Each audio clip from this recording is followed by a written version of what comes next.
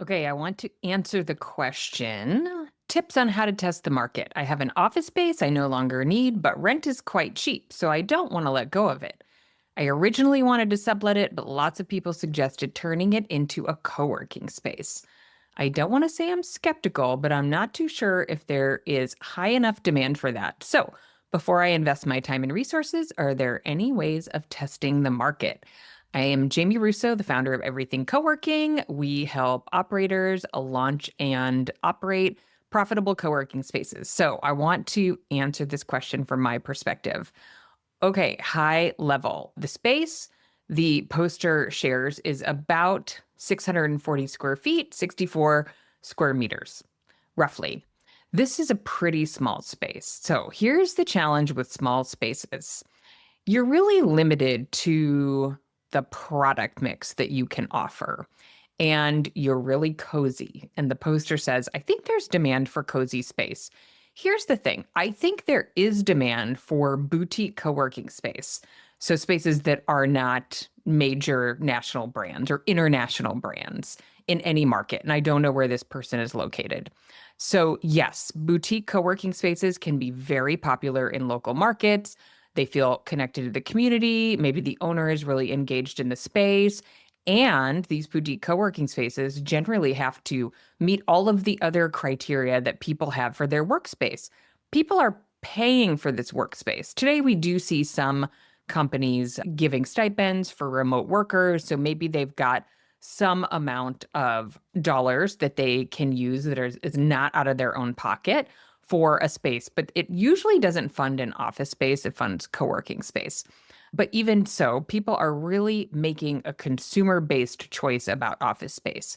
Lots of people don't need to leave their homes, they choose to leave their homes. So if they choose to leave their homes to do work, they choose a space that really is compelling to them.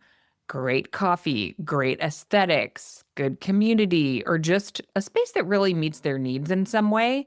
But that space generally is very intentional and well designed and has some amenities.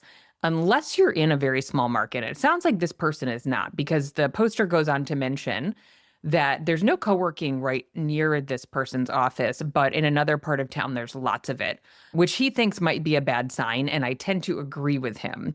It is not necessarily a bad sign, but it could be. And the poster says that his rent is really cheap and he doesn't want to let go of it. Unless he's had this space and he's just kind of grandfathered into a lower than market rate, the rent rate is usually correlated to how compelling a location is.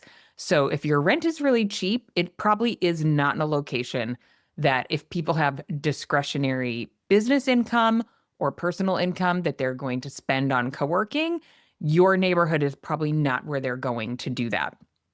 If your rent is cheap, there probably is not like a lot of walkability, so places to go for coffee, lunch, etc., run errands. So it may be that you're kind of located in a little bit of a, an amenity desert, which is not usually all that compelling to folks.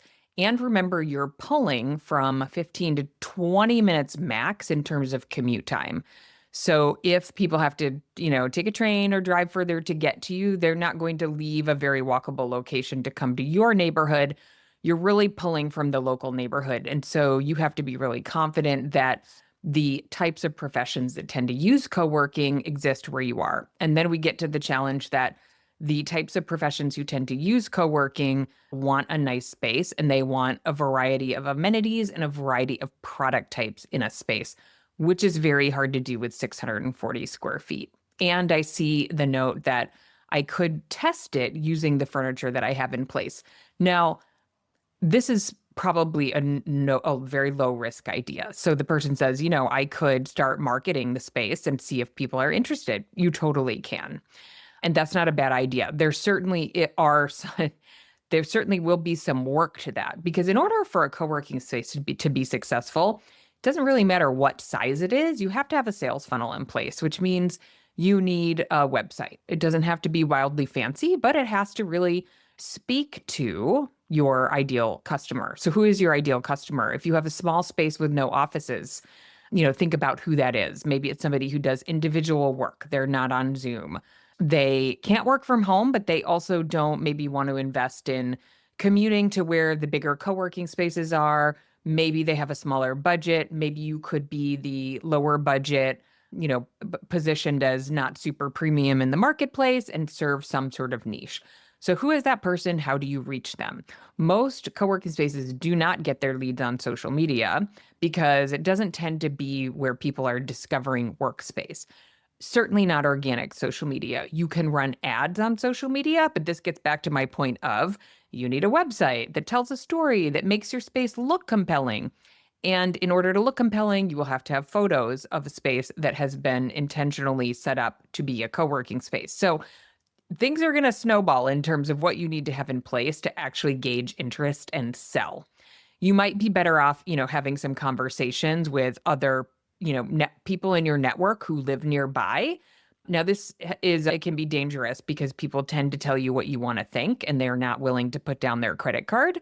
But that might be something you do is really work on sort of that word of mouth marketing rather than counting on social media and see if people would commit to, hey, on October 1st, I'm going to open the doors. Would you like to put down a deposit to be a founding member and have a basic website put up and see if you can get some traction doing that?